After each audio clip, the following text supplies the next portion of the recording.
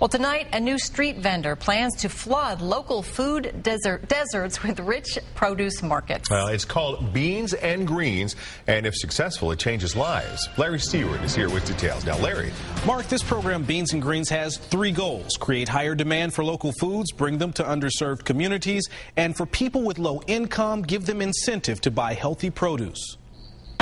In KZK's Argentine community, children play in a food desert. The nearest grocery or market is nearly 2 miles away, so a truck labeled Beans and Greens plans to become their mobile market. The truck and the program is designed to increase the access and affordability of fresh, locally produced food. Gayla Brockman directs Menorah Legacy Foundation, the group behind it. 2 years ago, they partnered with Kansas City's Center for Urban Agriculture. Their goal, make 7 local farmers markets food stamp or SNAP card friendly. Their plan helps people with low income and farmers. The Beans and Greens program is a way that farmers can access a new market. To boost sales, organizers offer incentives matching each dollar spent on produce up to $30 a week for each family. In 1 year, sales to SNAP card users went from $7,000 in a year up to $62,000. This spring, Beans and Greens is on wheels, serving 3 food desert communities, including Argentine. These will be filled with everything from greens. Gene Brown oversees this mobile market. When I tell them that, you know what, you're in the food desert and we can help, there's a way that we can do that with, the Beans and Greens program with the dollar for dollar match, or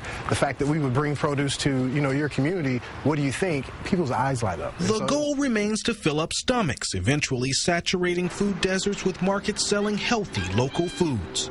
You may wonder how organizers afford to match dollars spent in this program. Well, Menorah budgets $100,000 a year with help from a long list of partners, including Blue Cross Blue Shield, the Health Foundation of Kansas City, and Prime Health. Right now, it's a pilot program, but they all hope to make it permanent. Larry Seward, NBC Action News.